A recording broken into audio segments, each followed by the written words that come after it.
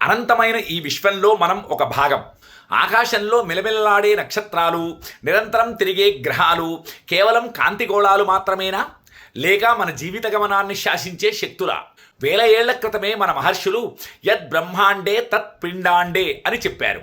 అంటే ఈ విశ్వంలో ఏముందో అది మన శరీరంలోనూ ఉంది.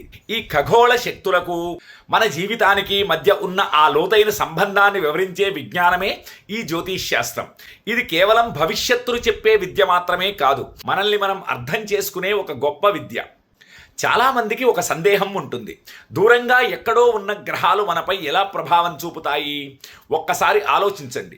చంద్రుని ఆకర్షణ వల్ల సముద్రంలో అలలు వస్తున్నాయి.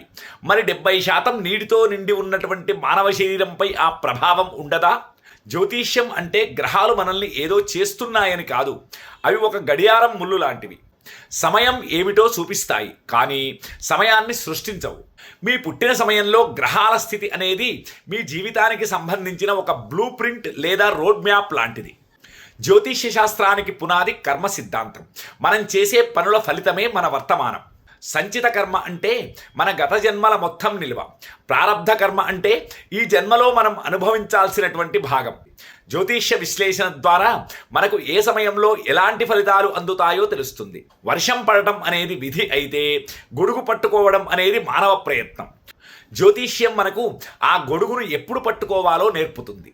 ఇది మిమ్మల్ని భయపెట్టడానికి కాదు, రాబోయే సవాళ్లకు మిమ్మల్ని సిద్ధం చేయడానికి.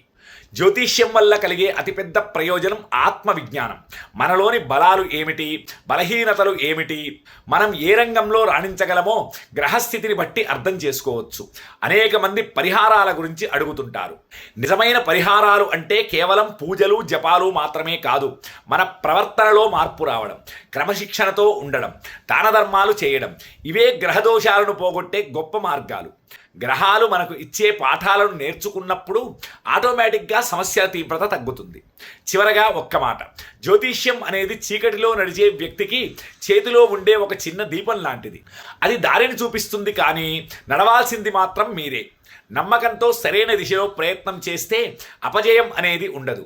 మీ జీవిత ప్రయాణాన్ని మరింత సుఖమయం చేసుకోవడానికి, మీ జాతక చక్రంలోని నిగూఢ రహస్యాలను తెలుసుకోవడానికి కింద ఉన్నటువంటి నెంబర్తో మమ్మల్ని సంప్రదించండి. శ్రీమాత్రే నమః. స్వస్తి.